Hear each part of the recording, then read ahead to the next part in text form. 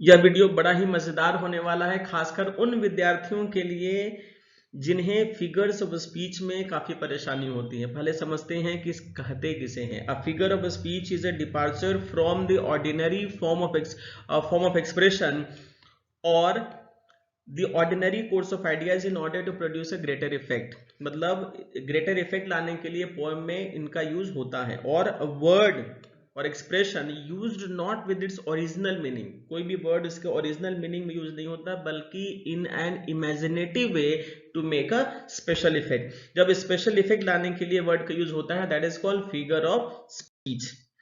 Beautify करने के लिए पोएम में यूज होता है इसका। Students often face difficulty in understanding the poetic devices used in this poems. और मेरा यकीन मानिए, इस वीडियो को देखने के बाद आपके सारे डाउट्स क्लियर हो जाएंगे। Now let's get started. First of all, we will study the figures of speech based on resemblance. उसमें पहला आएगा simile. In a simile, a comparison is made between two objects of different kinds which have, however, at least one point in common. For example, as busy as bee, as cunning as a fox, he plays like Virat Kohli. अब इसमें ये देखना, किसी को आपने बोल दिया कि he is as busy as bee, इसका मतलब ये नहीं कि आप उसे मधुमक्खी बुला रहे हो। या आपने बोल दिया कि he is as cunning as a fox, मतलब ये नहीं कि वह लोमड़ी है। आप ये कहना चाहते हो कि वह बहुत चालाक है ना। आप किसी को जब ये कहना चाह रहे हो कि बहुत अच्छा खेलता है, तो you can say he plays like Virat Kohli. आप ये सिमली का प्रयोग कर रहे हैं। यू आर कंपेयरिंग, या आसान भाषा में समझे कि जब भी एज लाइक सो से कंपैरिजन होगा तो समझ जाएं कि वो सिमली है। लेकिन एज लाइक सो के बिना अगर कंपैरिजन होगा तो that will be called a metaphor. This is called direct comparison और कंपैरिजन विदाउट टू। जैसे the camel is the ship of the desert, अगर इसको बोलेंगे the camel is like the ship of the desert और in the desert, तो like the ship जब हो जाएगा तो simile, life is like a dream होगा तो simile, लेकिन life is a dream direct comparison कर रहे हैं तो वो मेटाफर हो जाएगा। the news was a dagger in his heart, revenge is a wild justice, जब ये बोल देंगे कि revenge is like a wild justice तो वो मेटाफर हो जाएगा। जैसे बोलेंगे he is my brother, या he is like my brother, he is like my brother, simile he is my brother, जो आपके भाई नहीं है उनको जस्ट कंपेयर कर रहे हैं, डायरेक्ट कंपैरिजन आप कर रहे हो अपने भाई से, तो वो हो जाएगा metaphor. he is my brother, है ना, he is like my brother। It's very simple. I hope this is clear. Now move on. Personification. In personification, inanimate objects and abstract notions are spoken of as having life and intelligence. Examples. अब इसमें क्या होता है, inanimate मतलब non living things में ये दिखाते हैं कि उसमें लाइफ है या इंटेलिजेंस है। ठीक है, जैसे my alarmed yelled at me this morning, possible है अलार्म मेरे पर आज चिल्लाया, अलार्म कैसे चिल्लाएगा, है ना। My alarmed yelled at me this morning, my phone is not cooperating with me. ठीक है, ये ह्यूमन क्वालिटीज है। जब भी ह्यूमन क्वालिटीज हम नॉन लिविंग थिंग्स में देंगे तो that will be called personification. My computer works very hard, computer work hard नहीं करता, इंसान हार्ड वर्क करते हैं, है ना। I wanted to get money but the ATM died, the wind is whispering outside, how will the wind whisper, है ना। ये ह्यूमन क्वालिटीज है। जब भी ह्यूमन क्वालिटीज को नॉन लिविंग थिंग्स को हम देंगे तो that will be called personification. Those windows are watching us, our coffee maker wishes us good morning, so these are personification. Move on. Apostrophe. An apostrophe is a direct address to the dead. Directly इसमें क्या करना होता है, address करना होता है to the absent और to a personified object और idea. This figure is a special form of personification. ध्यान देना है, this is a special form of personification. क्या होता है, जब भी नॉन लिविंग थिंग को पर्सन की तरह ट्रीट करते हैं तो उसे पर्सोनिफिकेशन कहते हैं। अपॉस्ट्रोफी में नॉन लिविंग थिंग्स को पर्सन की तरह ट्रीट करेंगे, लेकिन अगर उसमें एड्रेस किया जाएगा तो दैट विल बी अपॉस्ट्रोफी। कैसे पता चलेगा ये, सिंपल, अगर वो शुरू में हो जाए, जैसे ओ लिबर्टी, ओ लिबर्टी, लिबर्टी में कोई भी लाइफ नहीं होता है, लेकिन इसे हम क्या, O liberty what crimes have been committed in thy name, आपके नाम पर कौन सा क्राइम किया गया है, तो लिबर्टी को एड्रेस करके बोला जा रहा है। ग्रेव को, डेथ को, फ्रेंड को एड्रेस करके बोला जा रहा है, O Milton, O brother, O father, है ना, एड्रेस जब करेंगे that will be apostrophe, that can not be any other literary device. O friend I know not which way I must look. O death where is thy sting, अब ये death से ही पूछ रहा है कि आपके स्टिंग कहाँ है। O grave where is your victory, आपकी विक्ट्री कहाँ है। ओ लिबर्टी बताई दिया। O Wordsworth you should have lived in this age when nature is absent from everywhere. O father I wish you were here with me to help me out of conundrum, मतलब पहेली, आप अगर होते तो help किए होते इससे निकलने के लिए, राइट। नाउ रिपीटेशन से सीधा समझ सकते हैं, रिपीटेशन मतलब किसी वर्ड का या फ्रेज का रिपीटेशन होगा। Repetition is when a single word or phrase is used multiple times in short succession for effect. For example, tomorrow, tomorrow and tomorrow, rain, rain, go away। तो जब भी word का repetition होता है एक ही sentence में, that is called repetition, जैसे आप देख सकते हैं। लेकिन अगर रिपीटेशन इस तरीके से हो कि आप देखिए 1 2 3 तीन लाइन में when words are repeated in the consecutive lines, बीच में रिपीट हो repetition, लेकिन अगर starting line में रिपीट हो that is called anaphora। ध्यान रखिएगा anaphora, repetition of a word or expression at the beginning of successive phrases, clauses, sentences or verses, especially for rhetorical or poetic effect। rhetorical या poetic effect को बताने के लिए जब शुरुआत में consecutive line में उसका repetition हो तो that is called anaphora। आगे बढ़ते हैं। Alliteration, the repetition of an initial consonant sound, है ना, initial consonant sound at the beginning of adjacent और closely connected words in a sentence. जब सेंटेंस में या जब सेंटेंस में पहला लेटर कॉन्सोनेंट साउंड रिपीट हो, जैसे एस एस एस रिपीट हो रहा है, she sells, sea shells, on the sea shore. तो जब स्टार्टिंग साउंड कॉन्सोनेंट साउंड जब रिपीट हो रहा है, दो से ज्यादा रिपीट होगा तो that will be called alliteration. लेकिन अगर बीच में रिपीट होगा कॉन्सोनेंट साउंड तो उसे अलिट्रेशन नहीं कहेंगे, उसे कहेंगे कॉन्सोनेंट, जो कि अगले स्लाइड में पढ़ेंगे, ठीक है। जैसे Rahul roamed on the road, तो आर आर रिपीट हो रहा है, इट्स वेरी सिंपल। लेकिन अभी मैंने बताया कि अगर ये बीच में रिपीट हो जाए, जैसे आप यहां देख सकते हो कि ये बीच में रिपीट हो जाए, जैसे माइक माइक लाइक्स बाइक, तो अगर ये बीच में अगर स्टार्टिंग में रिपीट होगा, ठीक है, स्टार्टिंग में रिपीट होगा तो that will be called alliteration. लेकिन अगर बीच में कॉन्सोनेंट साउंड रिपीट होगा that will be called consonance, consonance, ठीक है, कॉन्सोनेंस। लेकिन अगर वॉल साउंड रिपीट होगा, जैसे the repetition of vowel sounds in words that are close together in a sentence और words, that is the standard. See A sound repeat हो रहा है इसमें, ए साउंड, ठीक है, वॉल रिपीट हो रहा है, तो जब भी वॉल बीच में रिपीट होगा दैट इज कॉल्ड असोनेंस। अगर कॉन्सोनेंट रिपीट बीच में होगा that is called consonance. Onomatopoeia, इसका रिलेशन साउंड से होता है, ठीक है, इसका फॉर्मेशन ही साउंड से होता है। कैसे? The book fell on the table with the Lord thumb, thumb से पता चलता है कि क्या हुआ होगा, है ना। The buzzing bee flew away, buzzing bee flew, ऐसे कुछ साउंड को मैंने दे रखा है यहाँ। साउंड्स दैट एनिमल्स मेक, सभी ये जो है ओनोमेटोपिया के ही अंडर में आएगा, जैसे म्याऊ, रोअर, हूट, हिस, ने, ये सभी आपके साउंड होंगे। जैसे sounds that people make, gargle हो गया, हिकअप हो गया, mumble, shriek, sniff, gulp, belch, giggle, all will come under onomatopoeia. Collision sound, टकराने से जो साउंड इफेक्ट होता है, bang, thud, clang, clap, thump, crash, knock. Yes, sound that water makes, that is splash, splash, ये L A होगा ऐसे, splash, dribble, drizzle, pitter patter, spit. या cooking sound होता है, जैसे sizzle, sizzle, pop, crackle, bubble, crunch, glug, ठीक है। अब कुछ उसमें यूसेज देख लेते हैं, usage in sentences. The dog barked all night, तो ये बार्क्ड है, ये आपका ओनोमेटोपिया हो जाएगा। Suddenly there was a loud thud, thud, a wave crashed against the side of the boat, sausages are sizzling, sizzling, तो ये सभी क्या, ये साउंड इफेक्ट दे रहे हैं, साउंड इफेक्ट दे रहे हैं, तो that will be called onomatopoeia. The corn popped up, right, the corn went pop in the microwave, the audience clapped, तो ये सभी आपके क्या हो जाएंगे, onomatopoeia. Now next is based on contrast. तो आयरनी, अब इसमें समझना है आयरनी और antithesis. Irony is a mode of speech in which the real meaning is exactly the opposite. ठीक है, रियल मीनिंग जस्ट अपोजिट होगा, जो हम बोलना चाह रहे हैं वो हम नहीं बोलेंगे, जस्ट अपोजिट होगा उसका real meaning, which is literally conveyed. For example, if it were cold rainy grey day you might say, जैसे बहुत ठंडी का समय हो, ठीक है, बहुत ठंड लग रही हो, लेकिन आप क्या बोलेगे, व्हाट अ ब्यूटीफुल डे।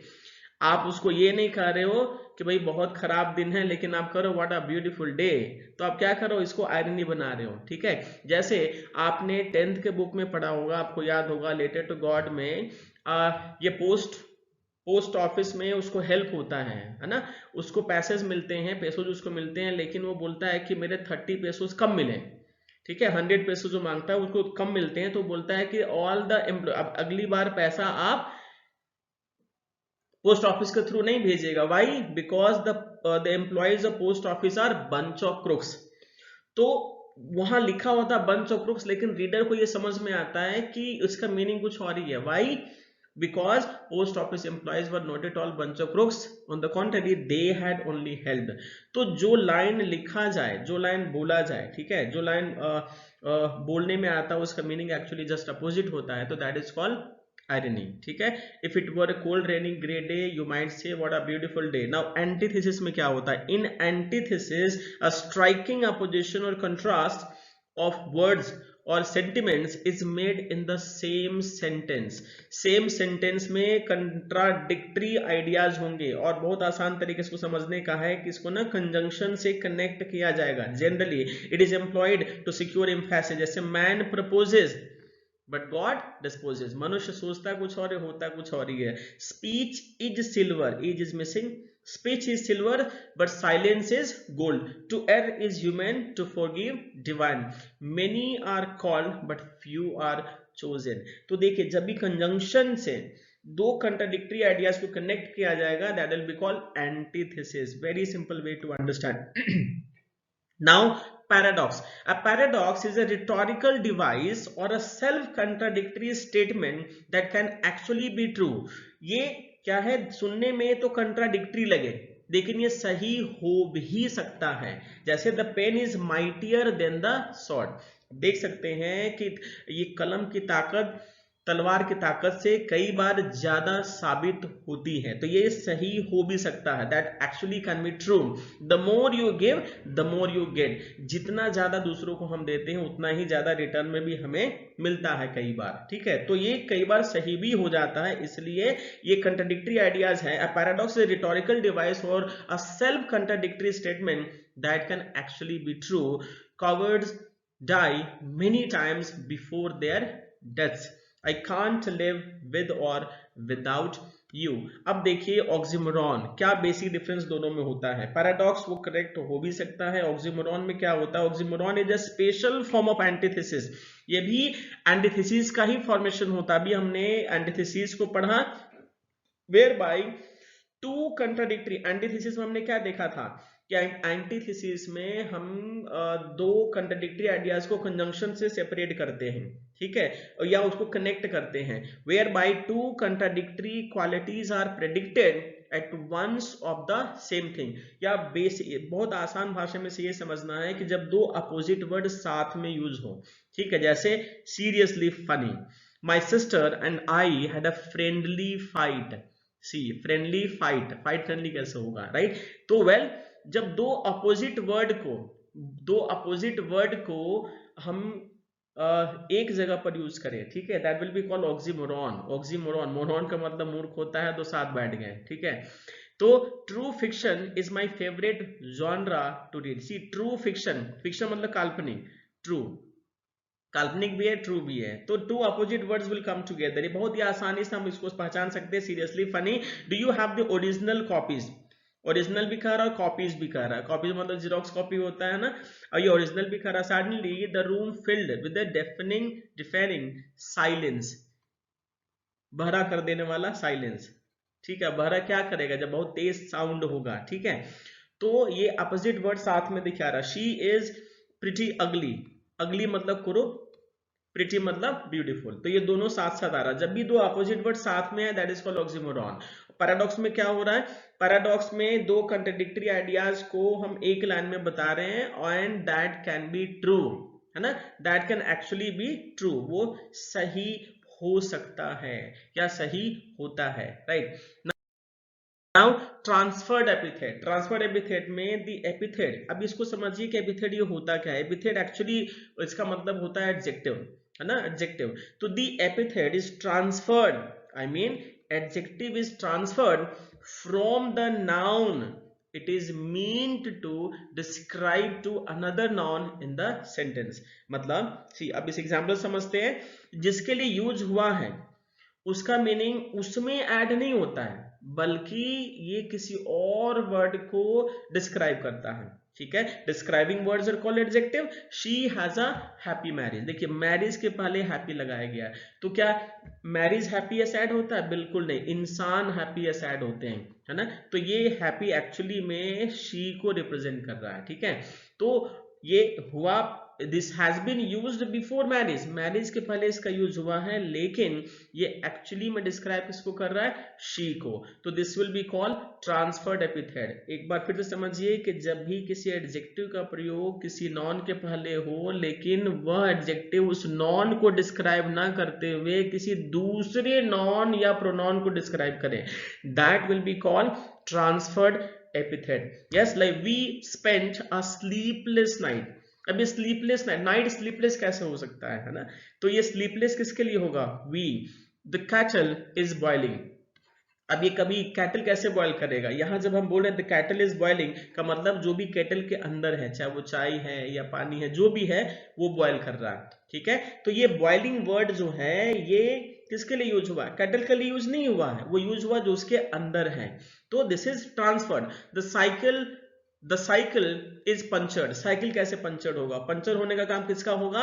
ये पंचर जब भी होगा तो टायर होगा। तो I hope this is clear to you, right. Now synecdoche, synecdoche क्या होता है? Is a figure of speech in which a part of something represents the whole और it may use as a whole to represent a part. For example, he has many mouths. क्या होता है? किसी एक word का प्रयोग कई चीजों को डिस्क्राइब करने के लिए होता है। जैसे ही हैज मेनी माउथ, जैसे एक परिवार में कई सारे मेंबर हैं, है ना, तो ही हैज मेनी माउथ मतलब उनके पास बहुत सारे लोग हैं जिनको उनको खिलाना पड़ता है, जिनके लिए उनको मैनेज करना पड़ता है ना। तो ही has many mouths, many mouths का मतलब कई सारे मेंबर हैं। तो ये माउथ एक वर्ड उनके पूरी फैमिली को क्या कर रहा है? डिस्क्राइब कर रहा है। India won the first test match against England. अब यहाँ इंडिया वन किया फर्स्ट टेस्ट मैच, ये इंडिया क्या हुआ? किसको रिफर कर रहा है? ये पूरे इंडियन क्रिकेट टीम को रिफर कर रहा है, उसमें जितने सभी खिलाड़ी है सभी को ये रेफर कर रहा है। तो जब भी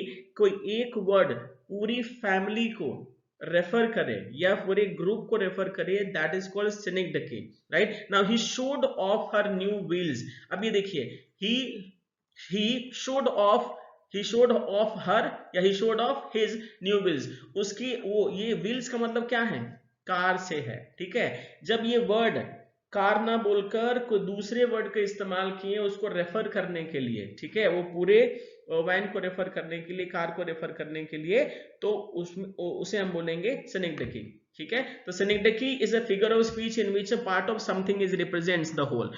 Part of something represents the whole or it may use as a whole to represent a part। For example, I think you must have understood mouse, India और wheels। Now metonymy, मेटोनिमी क्या होता है? दोनों में basic difference क्या होता है? अब देखो इसमें क्या होता है, एक वर्ड का यूज कर रहे हैं पूरे ग्रुप को एक्सप्लेन करने के लिए, लेकिन मेटोनिमी में क्या होता है कि उसके लिए दूसरा नेम ही देते हैं। जैसे मेटोनिमी का लिटरली मीनिंग होता है a change of name, a change of name, बदला हुआ नाम। An object is designated by the name of something which is generally associated with it। जैसे example, for the judges, judges के लिए हम यूज करेंगे the bench। for the members of लोक सभा यूज करेंगे the house। for success we use the laurel। for British soldiers we use red coats। For sailors we use blue jackets and for the king we use the crown. तो जब ये दूसरा नाम ही दिया जाए, जज ना कहकर उनको बेंच बुला रहे हैं, द बेंच, ठीक है, सक्सेस ना कहकर लॉरेल बोल रहे हैं, ठीक है। फॉर ब्रिटिश सोल्जर्स ना बोलकर रेड कोट्स बोल रहे हैं, तो क्या यूज कर रहे हैं, किसका यूज कर रहे हैं, हम मेटोनिमी का यूज कर रहे हैं। आई होप दिस इज क्लियर।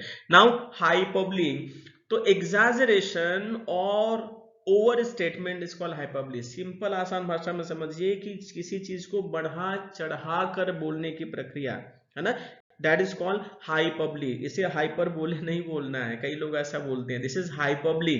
तो he is running faster than the wind, वह हवा से भी तेज चल रहा है, ठीक है। ये कैसे पॉसिबल है, ये बढ़ा चढ़ा कर बोल रहे हैं ना। It was so cold even the polar bears were shivering, इतना कोल्ड कि polar bears were also shivering. Your skin is softer than silk, silk से भी ज्यादा सॉफ्ट है skin. I am so hungry that I can eat an elephant, इतनी तेज भूख लगी है कि हम एलिफेंट को भी खा सकते हैं। आई am so sad that I am drowning in tears. I hope I have explained all the figures of speech nicely, and if you have any doubt you can drop the confusion, I will clear it. Thank you so much.